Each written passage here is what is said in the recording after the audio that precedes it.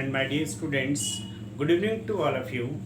मैं सुधीर चौधरी आज की क्लास में आप लोगों को special keyword method of English के अनुसार नरेशन स्टार्ट कर रहा हूं। जैसा कि मेरे कुछ स्टूडेंट्स ने डिमांड की कि सर नरेशन के पार्ट्स को दीजिए, noun and it's important parts को थोड़ा रोकिए। तो कहने का तात्पर्य कि जिस स्टूडेंट्स को जिस टॉपिक की आवश्यकता है आप लोग एसएमएस करते रहिए। तो एक बार आप लोग जरूर special keyword method of English को लाइक एंड सब्सक्राइब कीजिएगा। साथ ही साथ आप लोग इस लॉकडाउन में घर बैठे स्टडी कीजिएगा। देखिए आज की क्लास में आपको नरेशन स्टार्ट करते हैं। ये जो नरेशन का पार्ट्स है, चाहे वह हमारे कोई सीएचएस का स्टूडेंट्स हो, नवोदय का स्टूडेंट्स हो, या फिर मिलिट्री साइंस का स्टूडेंट्स हो, वनडे एग्जाम के स्टूडेंट्स हो, या फिर एकेडमिक क्लासेस हो, it means 9th to 12th के स्टूडेंट्स हो, सबके लिए इम्पोर्टेंट है। तो आइए एक बार हम लोग चलते हैं नरेशन के पार्ट पर। देखिए स्टार्ट करते हैं नरेशन। नरेशन लैटिन भाषा के नरेशन लैटिन भाषा के नरेट वर्ड से नरेशन लैटिन भाषा के नरेट शब्द से मिलकर बना है, जिसका शाब्दिक अर्थ होता है टू एक्सप्रेस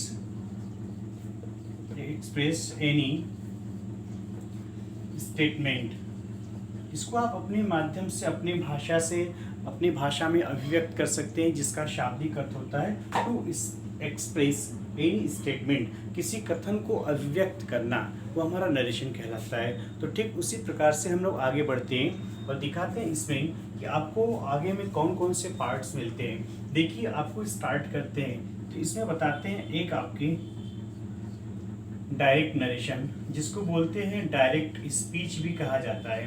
देखिए direct narration means direct speech. तो एक बार जरूर लाइक सब्सक्राइब जरूर कीजिएगा आप लोग। देखिए डायरेक्ट नरेशन का मतलब ये होता है कि जब स्पीकर के ओरेटर जो होता है, जो स्पीकर होता है, उसकी बातों को ठीक उसी के शब्दों में जब अभिव्यक्त किया जाता है, वो आपका डायरेक्ट नरेशन होता है। इनडायरेक्ट नरेशन, जो इनडायरेक्ट नरेशन बोलते हैं, या फिर इनडायरेक्ट स्पीच उसे बोला जाता है। इनडायरेक्ट नरेशन भी बोलते हैं या फिर इनडायरेक्ट स्पीच उसे कहते हैं। इसमें क्या कहते हैं कि the sentence which would contain with in inverted कामास। जिस सेंटेंस को इन्वर्टेड कामा के अंदर रखा जाता है वह आपका इनडायरेक्ट नरेशन कहलाता है। तो ठीक उसी प्रकार से तो हम ये कह सकते हैं इनडायरेक्ट नरेशन के पॉइंट है ये इनडायरेक्ट, कि जब स्पीकर के शब्दों को, देखिए इसमें पॉइंट थोड़ा सा, जब स्पीकर के शब्दों को घुमा फिरा कर अपने माध्यम से अभिव्यक्त किया जाता है तो आपका इनडायरेक्ट नरेशन कहलाता है। उसमें ध्यान दीजिएगा एक बात, इनडायरेक्ट नरेशन कि जब स्पीकर के शब्दों को घुमा फिरा कर अपने शब्दों में अभिव्यक्त किया जाता है तो आपका इनडायरेक्ट नरेशन होता है। ठीक उसी प्रकार से आगे बढ़ते हैं रिपोर्टिंग वर्क। उसी प्रकार से हम लोग आगे बढ़ते हैं रिपोर्टिंग वर्क पर, और इसको बताते हैं रिपोर्टिंग वर्क को कि रिपोर्टिंग वर्क किसे कहते हैं। रिपोर्टिंग वर्क जिस सेंटेंस को इन्वर्टेड कामास के बाहर रखा जाता है, जो पॉइंट टू स्टेटमेंट्स आपका इन्वर्टेड कामास के बाहर रहता है, वह आपका जो है कि कहलाता है रिपोर्टिंग वर्क। रिपोर्टेड स्पीच, अगर आप रिपोर्टेड स्पीच की बात करते हैं तो रिपोर्टेड स्पीच उसे कहते हैं जिस सेंटेंस को हम इन्वर्टेड कामास के अंदर रखते हैं। रिपोर्टेड स्पीच अगर आप दिखाते हैं,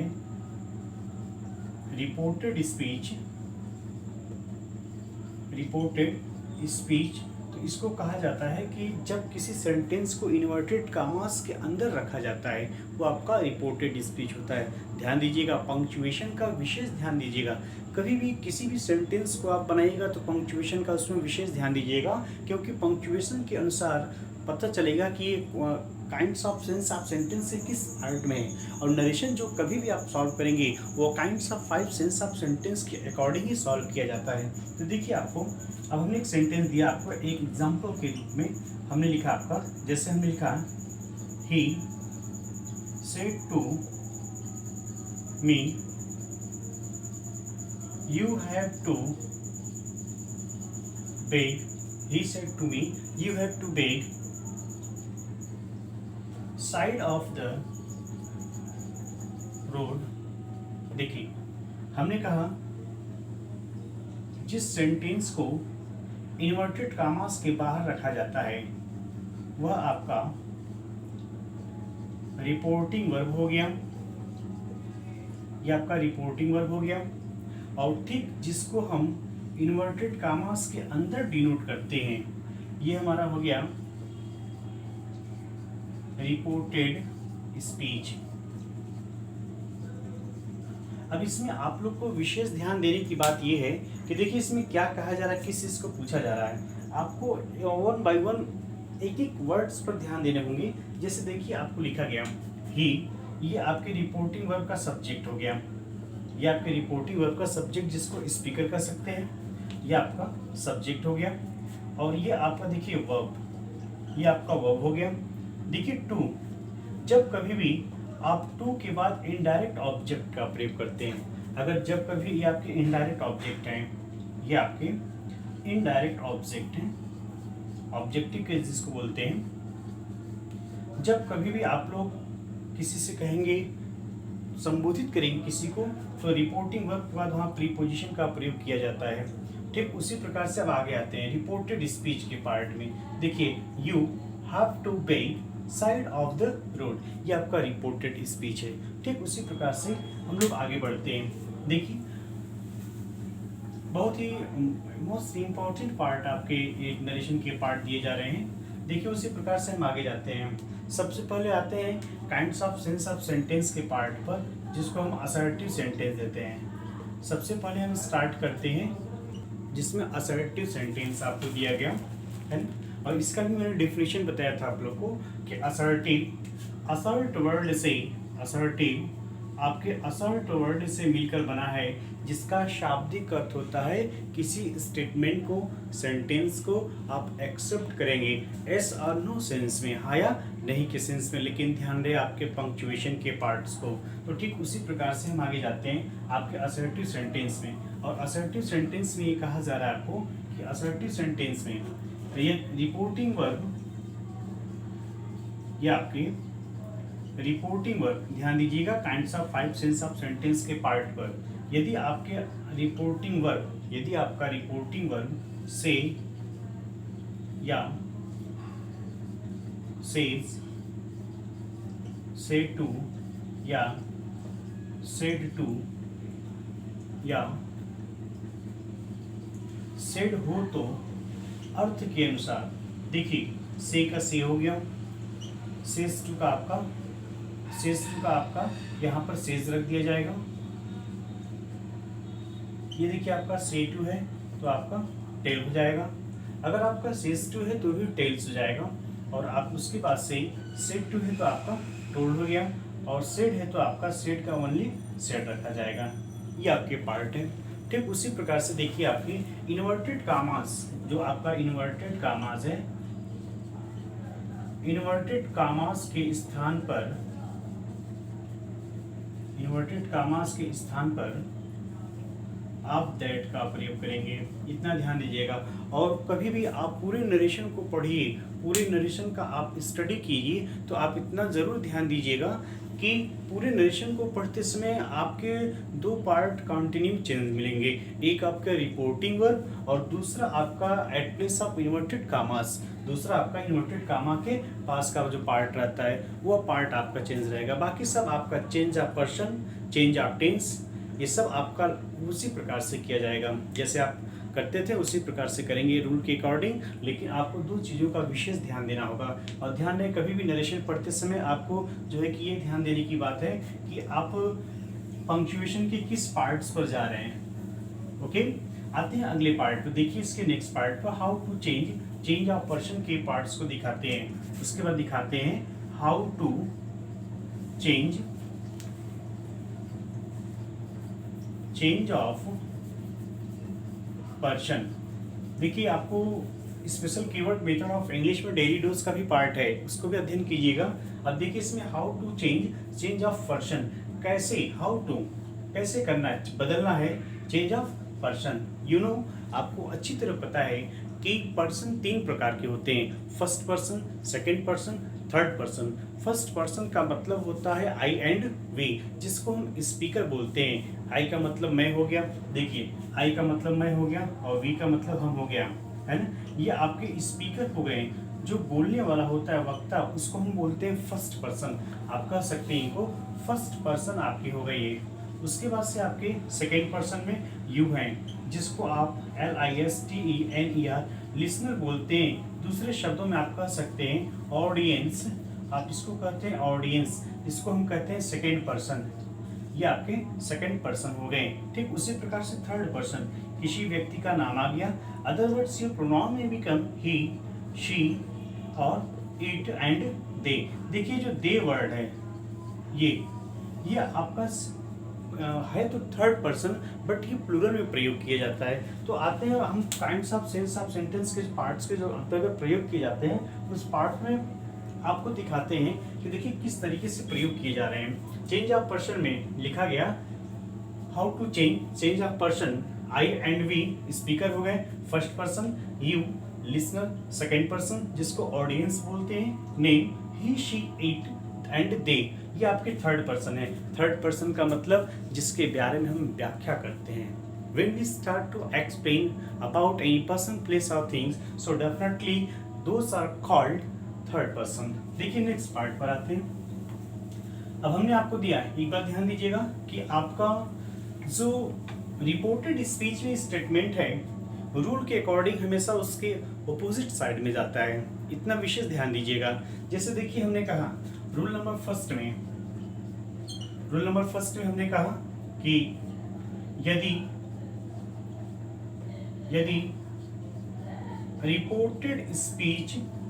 रिपोर्टेड स्पीच का मतलब इन्वर्टेड कामास के अंदर, यदि रिपोर्टेड स्पीच में फर्स्ट पर्सन सब्जेक्ट आई या वी हो तो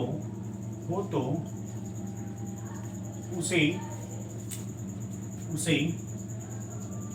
रिपोर्टिंग वर्ब के सब्जेक्ट अनुसार नॉमिनेटिव केस में नॉमिनेटिव केस। अब अगर आपसे कोई क्वेश्चन करता है कि नॉमिनेटिव केस क्या होता है, तो आप बताएंगे नॉमिनेटिव केस को सब्जेक्टिव केस बोलते हैं या नॉमिनेटिव एब्सोल्यूट भी बोला जाता है। इसलिए कि जब हम सेंटेंस में नॉमिनेटिव केस को बता रहा हूँ, हर पॉइंट से आपको इंट्रोड्यूस कराते चलते हैं।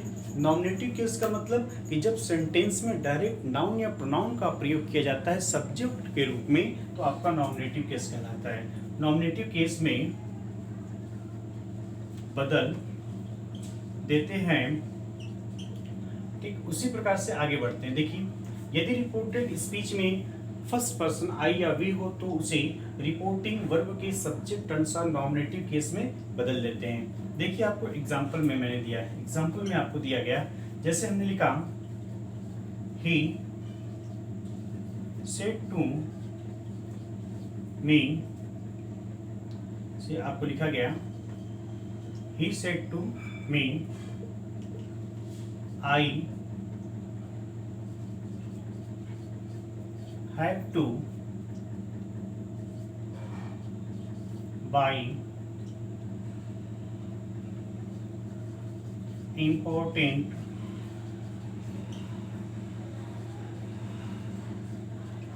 Question paper. देखिए ये आपका यहाँ से यहाँ तक एक बार फिर इंट्रोड्यूस कराते हैं। यहाँ से यहाँ तक आपका रिपोर्टिंग वर्ब हो गया। इन्वर्टेड कामास के अंदर के पार्ट को रिपोर्टेड स्पीच बोलते हैं। ठीक उसी प्रकार से देखिए अब उसको हम इनडायरेक्ट में बदलते हैं। इसके पहले आपको हमने कुछ इंस्ट्रक्शंस दिए, उसको आप विशेष फॉलो कीजिएगा। देखिए आपका ए इनडायरेक्ट के पार्ट में और ये आपका रहा डायरेक्ट का, ये आपका डायरेक्ट नरेशन का पार्ट रहा एग्जाम्पल के पार्ट में। तो देखिए इसको बदलते हैं। आपने ही को ही लिखा, सेट टू, इसके पहले आप लोग देखेंगे तो सेट टू का आपका लिखा गया है टोल्ड, उसके बाद से मी को आप यहाँ रखेंगे, टू को नहीं लिखेंगे। इन्वर्टेड कामास के स्थान पर आपका दैट हो जाएगा। ये आपको दिया गया है कि एट प्लेस ऑफ इन्वर्टेड कामास वी यूज दैट, ये असर्टिव सेंटेंस में आपको। अब आते हैं नेक्स्ट चेंज ऑफ पर्सन। तुरंत आप चेंज ऑफ पर्सन पर आएंगे। आप इसको लेकर यहाँ आएंगे, फर्स्ट पर्सन है, आप यहाँ लेकर आएंगे रिपोर्टिंग वर्ब का नॉमिनेटिव केस सब्जेक्टिव केस ही है, तो आप ही को उसी प्रकार से ही रख देंगे। क्लियर। अब देखिए हैव टू, ये हैव टू इंफिनिटिव के पार्ट में आपका प्रयोग किया गया है। हैव के बाद टू आ गया है, टू के बाद वर्ब की फर्स्ट फॉर्म आ गई है। और ये ग्रामर के पार्ट में क्या कहा जा रहा है कि जब किसी कार्य को विवश होकर, मजबूर होकर करना पड़ता हो, हम नहीं चाहते हैं करना। देखिए बोलने का सेंस क्या है, बोलने की शैली क्या है, उस मेथड पर आपको दिया जा रहा है कि हम कार्य करना नहीं चाहते, नहीं करना पड़ता है। अभी अगर कहा जाए कि स्टूडेंट लाइफ में जो स्टडी करते हैं वो क्या बोलते हैं कि सुबह होते बर्तन साफ करना पड़ता है, मतलब चाहते नहीं करना पड़ता है। अभी हमने कहा कि रोहन शाम के टाइम आ जाए करो, प्लेग्राउंड में खेला जाएगा, तो बोलेगा नहीं भाई नहीं आ सकते हैं, एग्ज़ाम आ गया है, मुझे पढ़ना पड़ता है परीक्षा को पास करने के लिए। तो देखिए उस सेंस पर आपको बता रहे हैं, ही टोल्ड मी दैट। अब ये आपका ही यहाँ पर हैव है, ये आपका पास्ट टेंस, इतना ध्यान दीजिएगा, ये पास्ट टेंस में रहेगा, तुरंत ही बदलता जाएगा। आपको यहाँ पर हो जाएगा हैड टू, उसके नेक्स्ट अपोजिट वर्ड पॉइंट में he told me that he had two by. इतना ध्यान दीजिएगा कि इंफिनिटिव टू के बाद से वर्ब की फर्स्ट फॉर्म का प्रयोग करते हैं, बट कुछ ऐसे रूल्स हैं जिसमें आईएनजी का भी पार्ट प्रयोग किया जाता है, लेकिन आपको आगे दिए जाएंगे। लिखा गया he told me that he had two by important question paper. Clear, ये आपका इनडायरेक्ट पॉइंट हो गया। नेक्स्ट और एग्जांपल पर जाते हैं, और जैसे जैसे और एग्जांपल पर आते हैं, एग्जांपल और आपको देते हैं डायरेक्ट में। जैसे हमने लिखा she said I am an expert lady. देखिए बहुत ही आपको भी छोटे एग्जाम्पल दिए जा रहे हैं, और यह परीक्षाओं में जो वनडे एग्जाम है और भी जो परीक्षाएं होती हैं सब में आपके नरेशन के पार्ट्स आते हैं। वैसे आप लिटरेचर स्टडी करते हैं तो डेफिनेटली आपको लिटरेचर के पार्ट से भी आपको जो है कि मिलते जाएंगे, क्योंकि उसी के अनुसार आपको दिया जाता है। देखिए इसको हम इनडायरेक्ट में बदल रहे हैं आपको। हमने लिखा शी सेड है, आपने सेड को यहाँ पर सेड रख दिया। क्लियर, इन्वर्टेड कॉमास के स्थान पर आप दैट का प्रयोग करेंगे। फर्स्ट पर्सन है, इसको लेकर आप यहाँ आएंगे। मैंने कहा ना यदि रिपोर्टेड स्पीच में फर्स्ट पर्सन सब्जेक्ट आई या वी हो तो शी को आप यहाँ पर शी लिखेंगे। क्लियर, एम है, ये आपका पास्ट टेंस में वाज जाएगा, ध्यान दीजिएगा कॉम्प्लीमेंट के पार्ट में। And expert, am and expert lady. Clear, देखिए सिस्टम की प्रॉब्लम है फिर भी आपको दिया जा रहा है। एक बार ज़रूर आप लोग special keyword method of English को लाइक एंड सब्सक्राइब कीजिएगा, साथ ही साथ अपने विप्स को आप दीजिएगा और अध्ययन कीजिएगा। थैंक यू, विशेष आप स्टडी कीजिएगा। Thank you.